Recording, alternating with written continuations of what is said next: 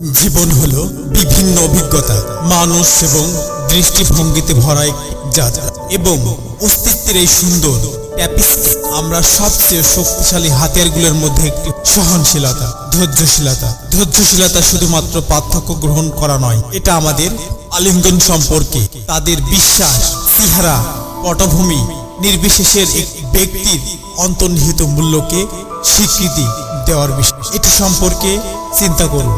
যখন আমরা সহনশীলতা বেছে নিই, তখন আমরা নিজেকে সম্ভাবনার জগতে উন্মুক্ত করি।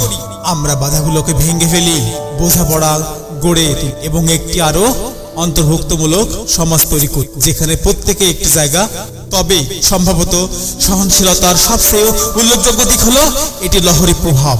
যখন আমরা আমাদের নিজের জীবনে সহনশীলতাকে মূর্ত করি, তখন আমরা তাদেরকেও একই কাজ করতে অনুপ্রাণিত করি এবং আমরা একটি জানার আগে আমাদের গ্রহণযোগ্যতা এবং সদয়তার ছোট্ট কাজগুলিকে বিশ্বব্যাপী স্মারক পরিবর্তনের সূচনা করার ক্ষমতা রাখি। তাই আমরা বন্ধুরা, আসুন আজ একটি অঙ্গীকার করি, প্রতিটি মিথস্ক্রিয়াতে সহনশীলতা বেছে নেওয়ার, বৈচিত্র্য উদ্দীপন করার এবং এমন একটি বিশ্ব গড়ে তোলার স্রোতে যে সহানুভূতি এবং বোঝাপড়ার রাজত্ব সর্বোচ্চ। মনে রাখবেন, জীবন একটি যাত্রা এবং আমাদের ক্যাম্পাস হিসেবে সহনশীলতার সাথে আমরা করুণা, সহানুভূতির সাথে এক নেভিগেট পরের সময় পর্যন্ত রাখুন। ক্ষমতায় থাকুন এবং আপনি যেখানে যান কাজের প্রতি মনোনিবেশ করুন। না, ধৈর্য আপনাকে সফলতা এনে দেবে।